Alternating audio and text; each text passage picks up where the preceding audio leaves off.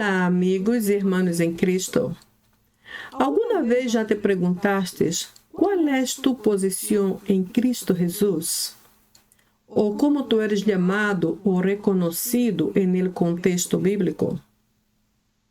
Esta é uma pergunta ou uma questão muito importante.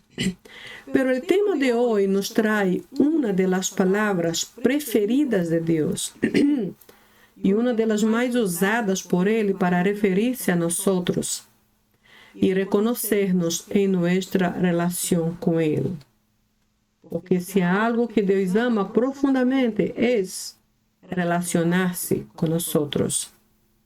E esta palavra é a palavra profunda e muito especial que se chama doulos.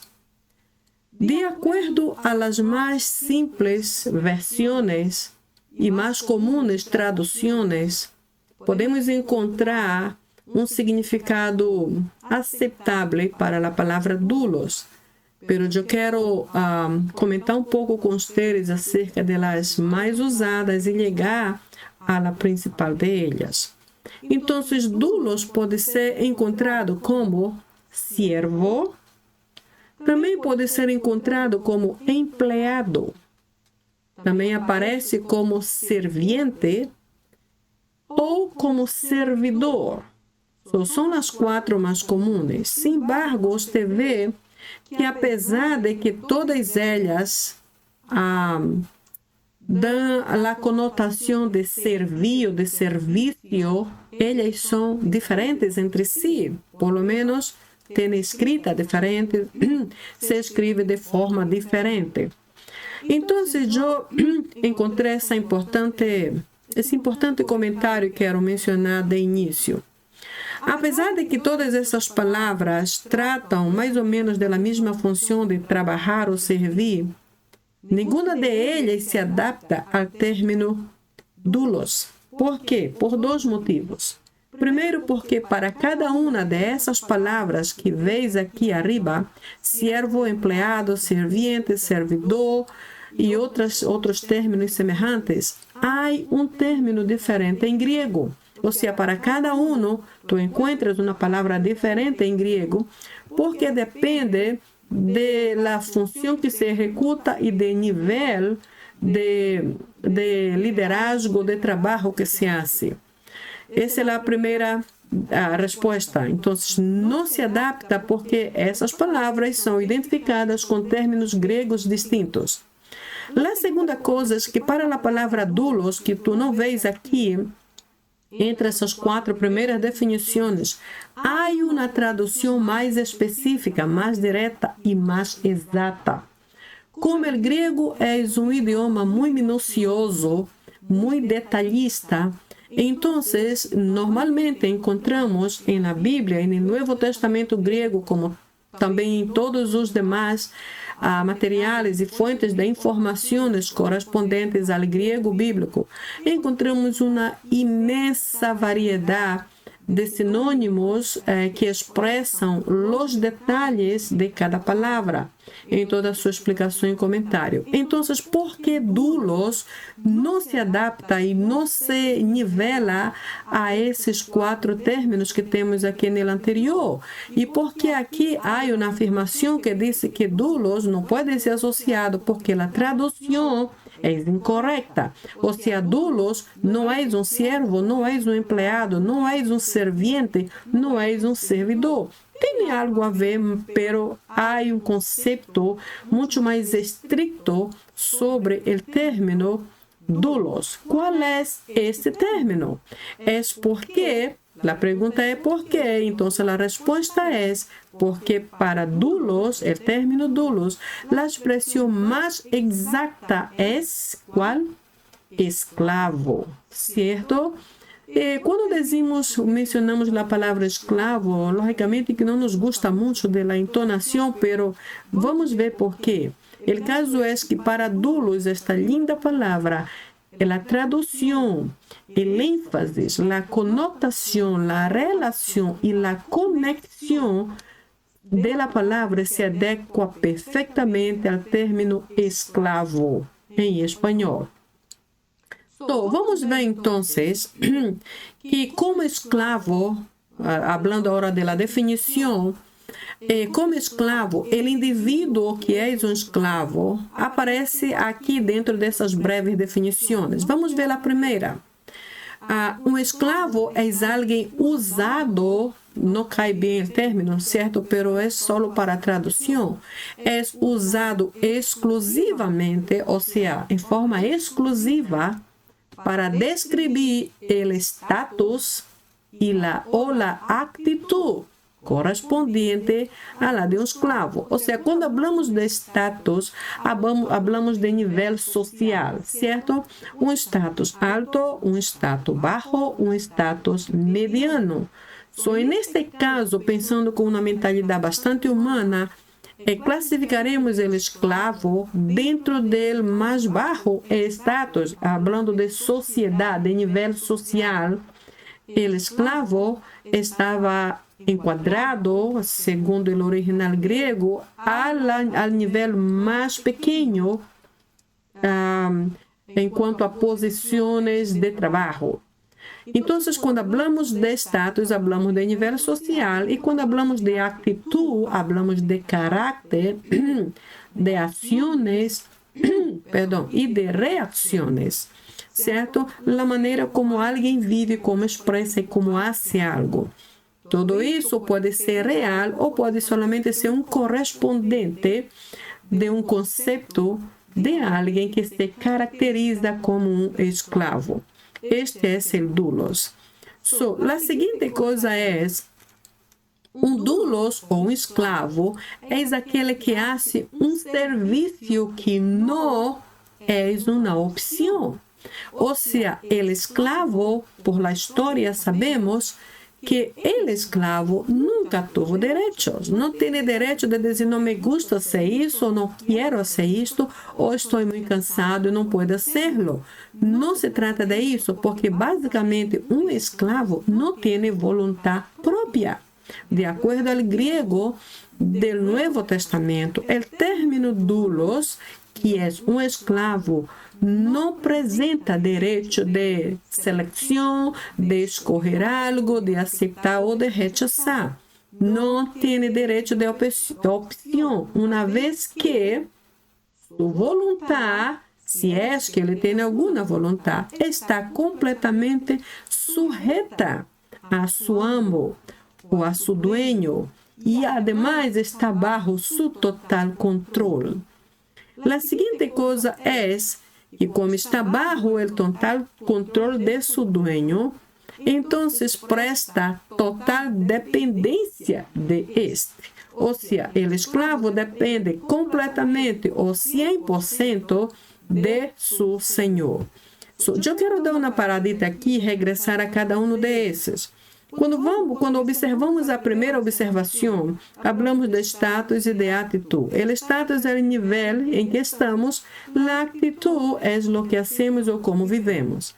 Se nós pensamos em nós como filhos de Deus, logicamente não nos gusta muito da palavra escravo ou esclavitud. Vamos ver adelante que seria esta esclavitud bajo um ponto de vista de Deus. Pero quero só enfatizar isto, como status, como nível de vida, qual ha sido nestes últimos anos hasta hoje, como cristianos, nosso nível, onde estamos parados, onde estamos plantados, porque dependendo de quem reconhecemos que nós somos, de aí vem a atitude, de aí vem nosso modo de vida. Se uma pessoa pensa e crê que ela é pobre, por exemplo, ela vai viver como um miserável, como alguém desprovido incluso de autoestima, porque ela é um nada. Ela vai crer assim. Então, a atitude depende muito de lo que eu creio que sou e de onde penso que estou. Pergunto então novamente, como cristianos, como podes tu definir tu status de vida espiritual? Sabemos que em Cristo Jesus, nós somos seus filhos, somos separados para servi-lo e adorá-lo. Somos eleitos de los cielos. Somos mais que vencedores em Cristo Jesus. Estamos cobertos com toda classe de bendição espiritual. Ou seja, temos todo a nosso favor, porque o nosso Deus Todo-Poderoso está a nosso favor. Sin embargo, hermanos, às vezes vivimos como se fôramos os mais miseráveis do universo.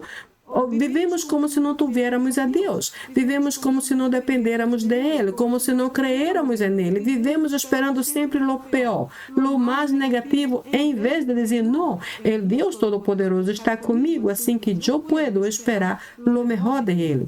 Enquanto a atitude, quando eu creio o negativo sobre mim, logicamente que minhas palavras vão expressar o negativo que eu creio sobre mim, minhas ações, minhas reações, mis planos, mis execuções, todo o que sou, todo o que hago, todo o que planeio, vai também ser de forma empobrecida, uma vez que eu pense de mim no pior ou o mais pobre. Então, a primeira questão aqui é em que status espiritual, em que nível, em que lugar espiritual estamos nós plantados, porque de aí viene o modo como vivimos. Se vivimos de forma frustrada, se vivimos de forma confundida, se vivimos de forma vazia, se vivimos de forma deprimida, se vivimos como os miseráveis, possivelmente não é que lo seamos, pero é porque creemos que assim somos.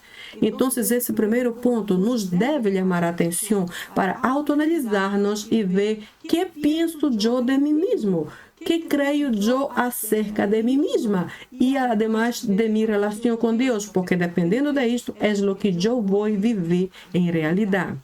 A segunda observação que disse, doulos ou escravo é aquele que faz serviço que não é sua opção. Ou seja, como servos de Deus, nós temos, há pessoas que dizem, temos a obrigação. É certo, temos a obrigação de fazer, mas esta palavra cai tão pesada nesse contexto. Eu prefiro dizer que em Cristo, como escrava, eu tenho o privilégio de servi-lo, tenho o privilégio de ter paz, tenho o privilégio de sorrir, tenho o privilégio de ter uma casa onde viver, uma família, buenos amigos, uma igreja, um ministério. Eu tenho o privilégio de ser bendecida em cada uma dessas áreas. Então, independentemente da forma como Deus decide añadir a minha vida as bendições que Ele tem para mim, eu não tenho nenhum direito, aqui como disse o nó bem grande, não tenho nenhum direito de discutir com Deus, de dizer, por que lo haces assim? Por que demoras tanto, Deus? Por que questionas desta forma? Por que me mandas assim? Por quê? Porque não temos o direito de argumentar, porque isso não é uma opção. Ser escravo de Deus é um privilégio e ahorita vamos saber por quê. Terceiro, disse, sua vontade está completamente sujeita a seu amo, ou seja, a vontade do escravo, a vontade daquele que já é um filho de Deus, como eu e tu. Então, se nossa vontade está sujeita a nosso amo, que neste caso é Deus, o Deus Todo-Poderoso, e además que já estamos bajo seu total controle, então quem vai decidir nossa vida? Sou eu ou é Deus? Eres tu ou é Deus? Bueno, não é sem propósito que Deus nos hace estar totalmente sujeitos a seu domínio e controlados por ele. Uma das razões é que nós não sabemos tudo e por isso cometemos erros muito frequentemente. Por esta razão, tu vontade, eu pergunto, tu querer, tus planos, tus desejos, tus imaginações, tu em ti mesmo estás sujeito ao Senhor Deus, porque se não lo estás, talvez esta seja a razão de los problemas que tienes, de las frustrações que enfrentas, de las pérdidas de tu vida, porque não estás bajo el governo de Deus. Tu estás por aí fazendo qualquer outra coisa, menos bajo su governo. E además, e muito menos fora de seu controle, estás descontrolado, fazendo todo o que pensas e possivelmente fazendo todo errado. A última coisa aqui é Um doulos ou um escravo é aquele que presta total dependência a seu Senhor. Hermanos, depender de Deus é o melhor que se pode fazer na vida. ¿Por quê? Porque quando tu dependes de Deus, tu le das o governo, tu le entregas a direção de tu vida, tu le entregas o domínio de tu dia a dia e de cada área em particular de tu vida. Por este motivo, tu sempre podes esperar o melhor, a melhor decisão, a melhor resposta, o melhor retorno tu podes esperar. ¿Por quê? Porque Deus, o Deus Todo-Poderoso, é quem tem tu vida bajo controle. Agora, se nós não dependemos de Ele, não temos o direito sequer de esperar nada bueno. Porque se não dependo de Ele, então dependo de quem? De mim mesma. E como somos tão limitados, somos tão envolvidos com tantas coisas, é possível que nós cometamos erros, é possível que nós nos frustremos ao final, e inclusive ao final colocamos a culpa em Deus, como se Ele tivesse a culpa. Essas 4 observações começam a definir-nos que tipo de escravos em Cristo nós somos. Pero não te assustes, porque ahorita te vou explicar que é ser escravo ou a esclavitud em Cristo. Además, e por último, como escravos ou como doulos, somos propriedades de Ele, somos propriedades exclusivas de Ele, e como propriedade se completa agora na última parte para seu uso exclusivo. Já falamos disso anteriormente. A primeira diz usado exclusivamente para descrever, e aqui somos para seu uso exclusivo. Em outras palavras, esta palavra exclusivo deixa bem claro que Deus não aceita que nós lo dividamos com nadie. Deus não aceita que tenhamos mais de um Deus em nossa vida. Deus é zeloso. Ele disse, não, isso não está bem. E nos dá uma boa cortada, nos dá uma boa arrancada de aí, às vezes com uma boa disciplina que nos duele bastante e não nos gusta. Pero para quê? Para chamar nossa atenção outra vez e nos manter cautivos em Ele e bajo seu cuidado e excelente proteção. Então, para uso exclusivo de Deus, não puedes dividir tu vida com o mundo, não puedes dividir tu vida com o pecado, não puedes dividir tu vida com a carne, não puedes dividir tu vida com a mentira, com as ações de los malos amigos, por exemplo, e de todas as outras coisas que há no mundo e sabemos que desagradam a nosso Deus, porque somos para seu uso exclusivo. Esse sello é como um sello fuerte que se põe sobre a piel e não se mueve, não se limpia nunca mais. É um sello permanente. O escravo de Deus pertence a Ele e solamente a Ele. Ok? Então, que texto vamos usar para apoiar tudo isso que les estou comentando? Temos vários textos e todos muito profundos, mas eu tomei só um que está em Gálatas 5:13. O grego disse, aladiates agapes, douleute alelois.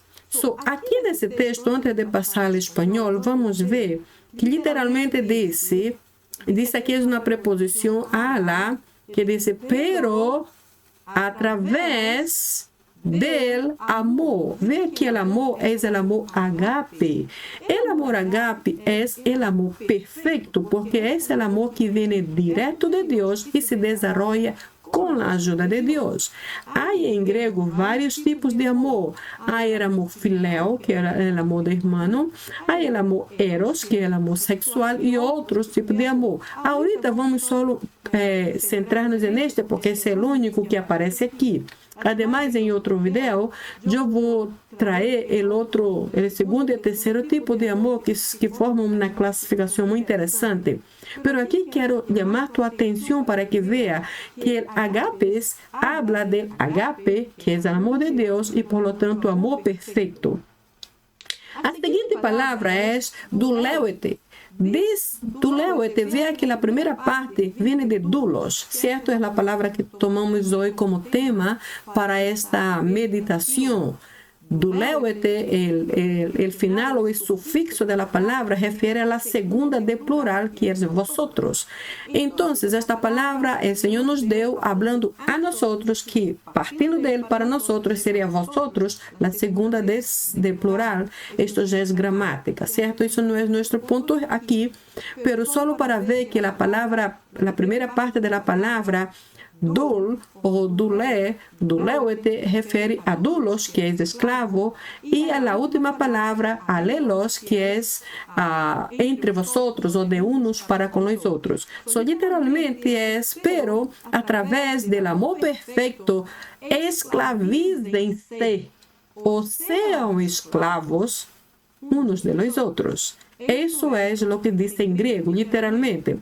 En español, el mismo texto dice antes, sed esclavos. Yo cambié la palabra esclavo porque en su versión en Reina Valera dice sed siervos. Pero como siervos no corresponde a dulos, porque dulos tiene una connotación más profunda y más completa, entonces yo cambié para el término correspondiente. ¿Por qué? Porque aquí en el texto original griego la palabra es dulos, ¿cierto? Duleuete, porque se dirige a la segunda de plural. Pero la palabra aquí, usted ve la primera parte de la palabra, es dulos, que significa esclavo. Por eso cambié la traducción de siervo, como dice su versión, para esclavo, que es la traducción del griego. Leemos entonces antes, sed esclavos unos de los otros. Aquí ese texto es solo la segunda parte. La primera parte habla de que el Señor nos escogió para algo, pero no debemos dar lugar a carne, coma. Antes, entonces ese antes abre como una nueva premisa, una nueva esperanza, yo diría así, para un nuevo consejo. Antes, o entonces puede ser, si no, sed esclavos unos de los otros por amor. Pero partindo del griego, la traducción es mucho más profunda. Si no, o pero, a través o por medio, o sea, no hay otra forma. Solo por amor podemos esclavizarnos a Dios. No es así, hacer su plena voluntad. Si no lo amamos, nos rebelamos y nos perdimos de una vez. Pero como amamos a Dios, entonces es posible, porque si no fuera, tampoco estaría aquí en la Biblia. No sería un versículo bíblico. Sino a través del amor perfecto, esclavícense, o sean esclavos unos de los otros. Es así como dice el versículo original, y yo amo esta peculiaridad del griego porque es muy detallista y nos ayuda a entender mucho más do que nuestras versiones en nuestro idioma dice. Vamos ver entonces algunas breves diferencias entre el siervo, empleado, sirviente y servidor, que son los 4 términos que yo les presenté en el inicio de nuestra discusión, y el esclavo. Vamos ver entonces, el siervo, empleado, el serviente o servidor, que son las 4 definiciones, tiene derechos. O sea, un empleado puede ser empleado en una tienda, en un restaurante, en una oficina. Ele tem direito, ele escorre seus horários de trabalho, faz seu schedule, enfim, as prioridades em seu trabalho, ele tem direito de fazer. Pero el esclavo, como disse aqui na última parte, não, e não é bem grande, é bem maiúsculo. El esclavo não tem nenhum direito, porque todo seu direito é submeter-se a su amo, que neste caso es nuestro Dios. La segunda observación, los primeros, que son siervo, empleado, servente y servidor, pueden escoger para quién trabajar. Puede escoger para qué tienda, o para qué compañía, o para qué jefe trabajar. Puede escoger, si no le gusta la cara del jefe, no regresa ya nunca más.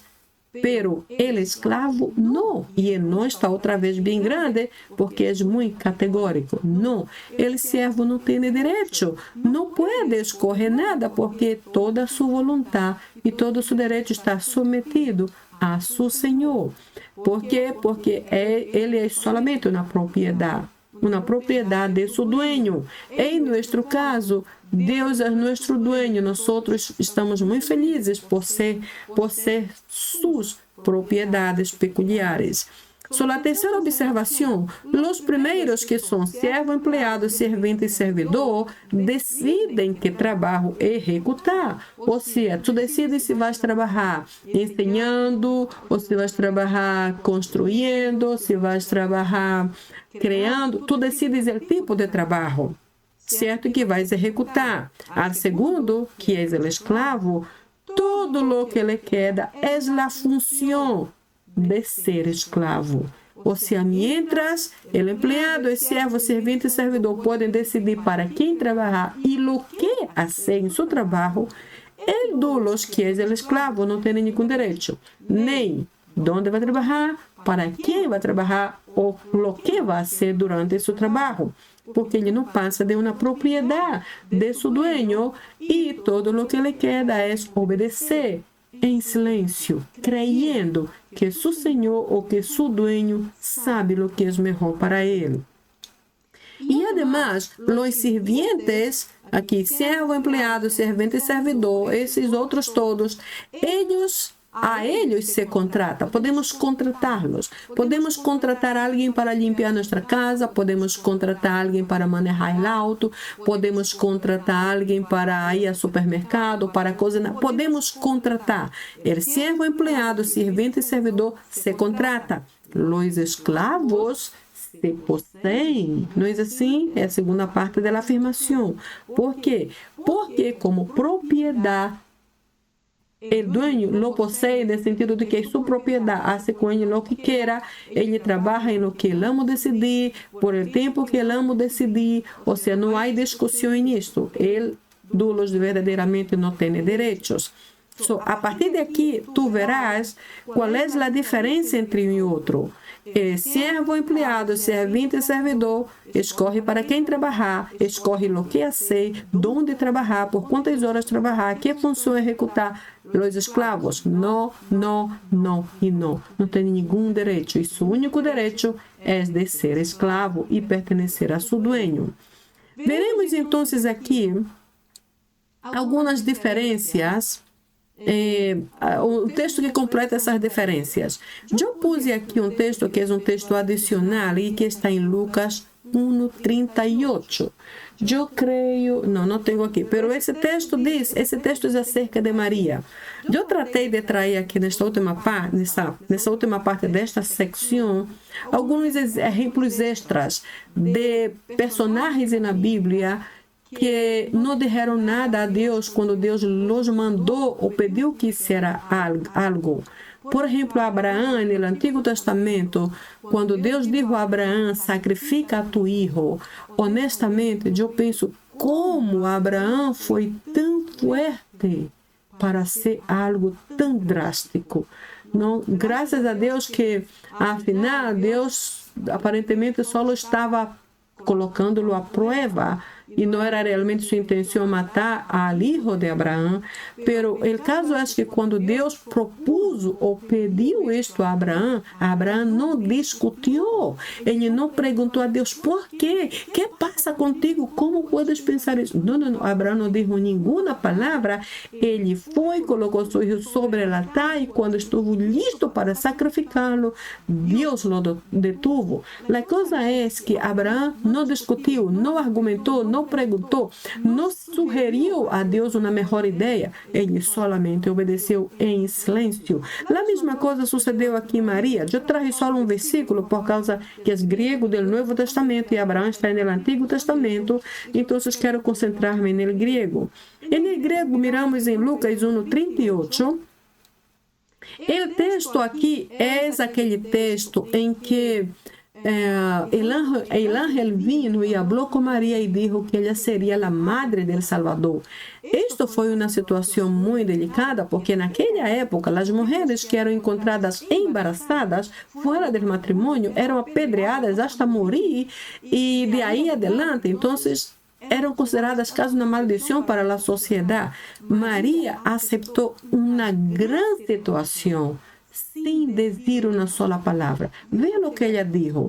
Então, ela disse a Deus, e dule rio é dulos, pero está em feminino, ela era uma escrava porque é uma mulher, dule Kyrio. Dice, genoito moi kata torema su. Eu vou ler outra vez. Ido redule kirio. Genoito moi kata torema su. Ela dijo, mira, dijo ella, ido.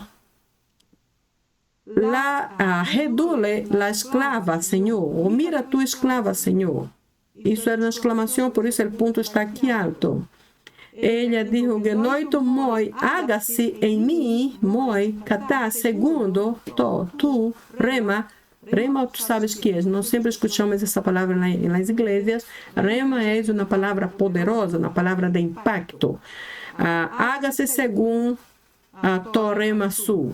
Haga segundo tu palavra poderosa, porque rema é palavra poderosa, palavra que traz impacto, palavra que sacude, palavra que transforma. Não é uma palavrita que entra por um ouvido e sai por o outro. Não, é uma palavra que traz grande impacto e transformação. Então, ele admitiu que aquela palavra do anjo era a palavra de Deus e era a palavra de impacto, palavra poderosa. Por isso, ele disse, haga-se em mim segundo tu palavra poderosa. Ou seja, a situação aqui é que Maria, quando recebeu esse encargo, esse chamado, essa responsabilidade, este compromisso com Deus de ser a madre del Salvador. Se tu lês todo o texto antes e depois de Lucas 1:38, tu vais ver que Maria não se molestou com Deus, ela não gritou, ela não se assustou, ela não hizo cara de espanto, ela não começou a saltar e gritar e ofender e insultar. Não, Maria nem sequer perguntou por quê.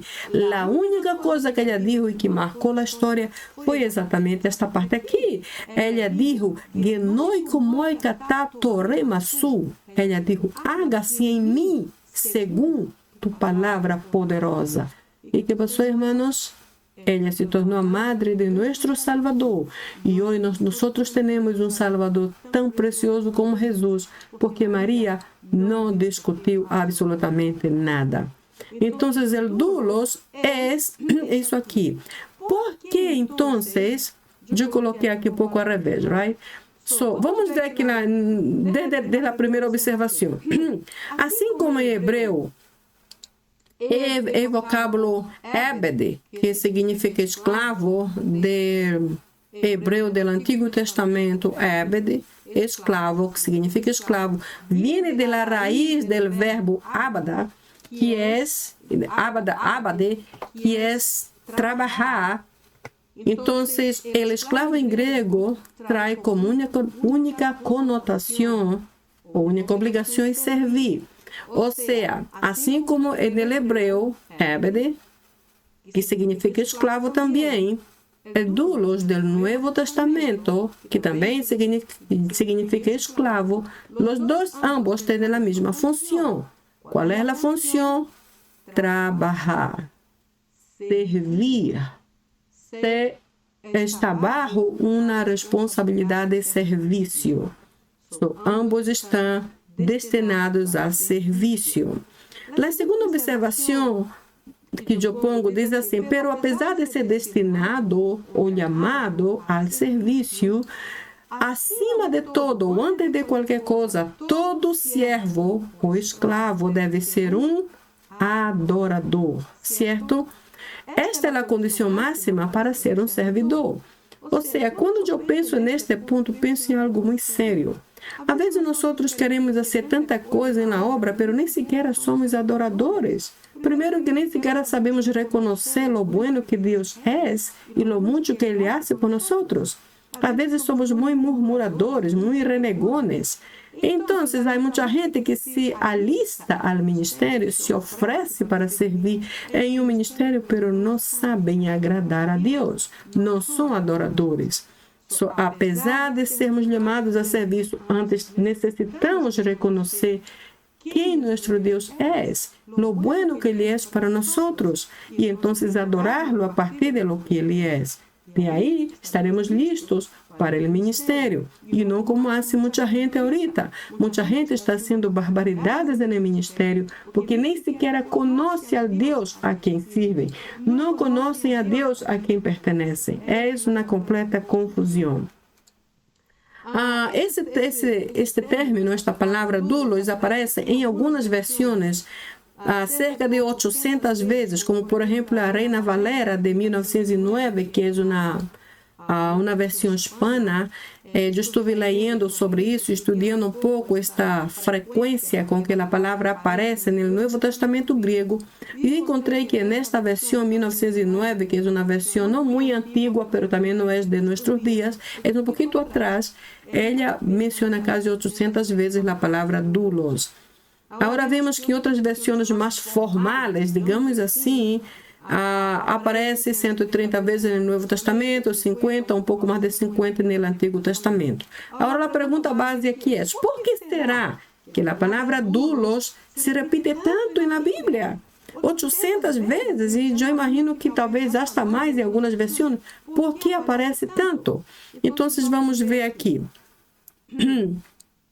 As razões estão aqui, certo? As razões estão na forma como se vê a esclavitud. Por exemplo, segundo o mundo, esta é a razão por que não nos gusta a palavra esclavitud ou el ser esclavo. Por quê? Porque segundo o mundo, a esclavitud rebaja, traz para baixo, hunde a pessoa. Pero segundo Deus, a esclavitud eleva, certo?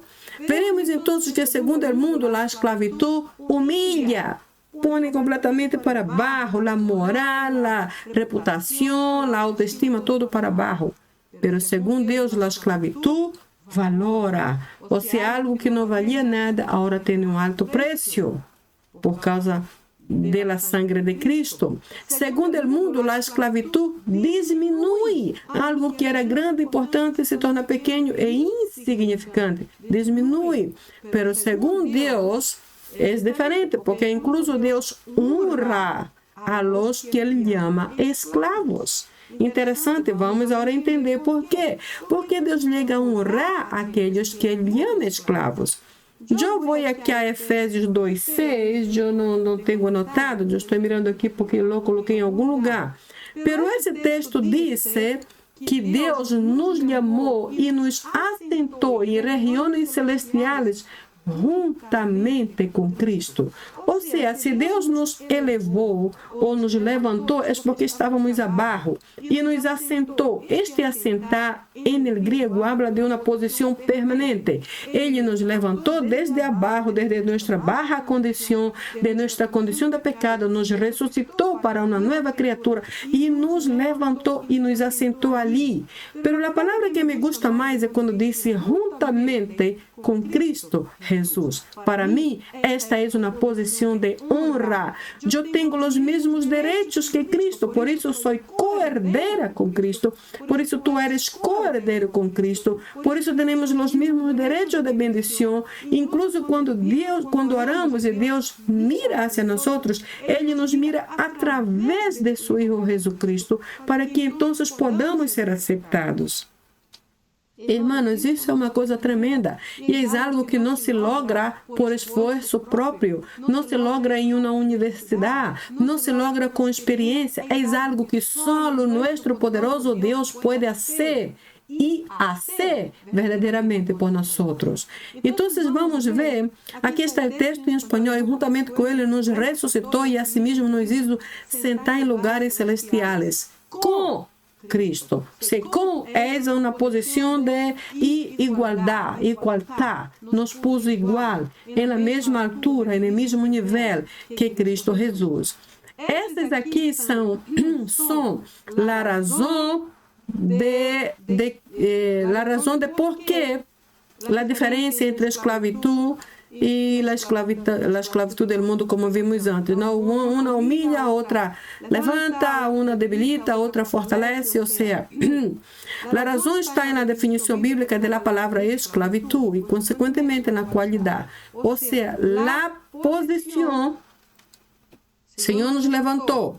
E na qualidade, agora somos valorados, elevados, fortalecidos e obedecidos, porque a qualidade de vida que o Senhor nos oferece é superior a qualquer outra. Disso não há nenhuma dúvida. Isto já sabemos. Agora, guarde bem essa informação. Ele nos assentou em lugares celestiais juntamente con Cristo Jesús. Esta es la esclavitud de Dios. Entonces, no nos gusta la palabra esclavitud porque esta palabra nos hace pensar en algo pobre, inútil, algo que no sirve para nada. Sin valor, sin importância, sin lugar. Pero para Deus, a esclavitud é tomar desde abaixo e levantar hacia arriba e sentar-nos na mesma posição com Cristo, dando-nos os mesmos direitos de ser escuchados e de ser bendecidos que há em Cristo Jesus. E isto é um tremendo privilégio.